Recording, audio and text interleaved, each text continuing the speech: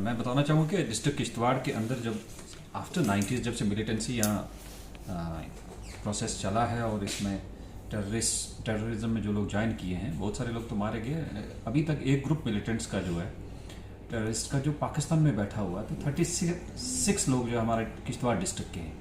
आपने रिपोर्ट देखी बाकी डिस्ट्रिक्ट्स के भी, बट यहाँ के अब हमने क्रॉस चेक किया, वेरीफाई किया, वी फाउंड कि वो 36 लोग अभी भी एक्टिव हैं जो पाकिस्तान में POK में सेटल हो गए और वहाँ से अभी तक डिसरप्टिव एक्टिविटीज़ में इन्वॉल्व हैं, यहाँ के यूथ को बरगला रहे हैं। तो अकॉर्डिंगली एक हमारे यहाँ 2 केसेस रजिस्टर हो गए और अभी एक केस में हमने 13 टेररिस्ट के अगेंस्ट NIA कोर्ट से non available open ended warrants लिए हैं और बाकी जो है उनके अगेंस्ट भी इन कमिंग डेज हमारे पास वारंट्स आ जाएंगे।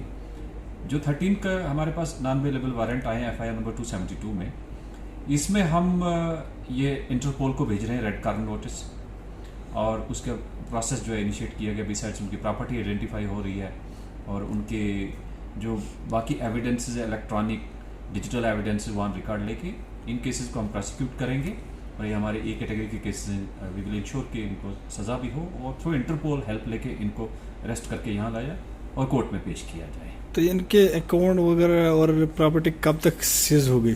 इनकी process of identification of property वो चल रहा है। जो इन्वेस्टिगेटिंग ऑफिसर स्पेशल CIOs हमारे बने हुए, चीफ इन्वेस्टिगेटिंग ऑफिसर्स, वो इस टास्क पे हैं। सिविल एडमिनिस्ट्रेशन भी हमें सपोर्ट कर रही है।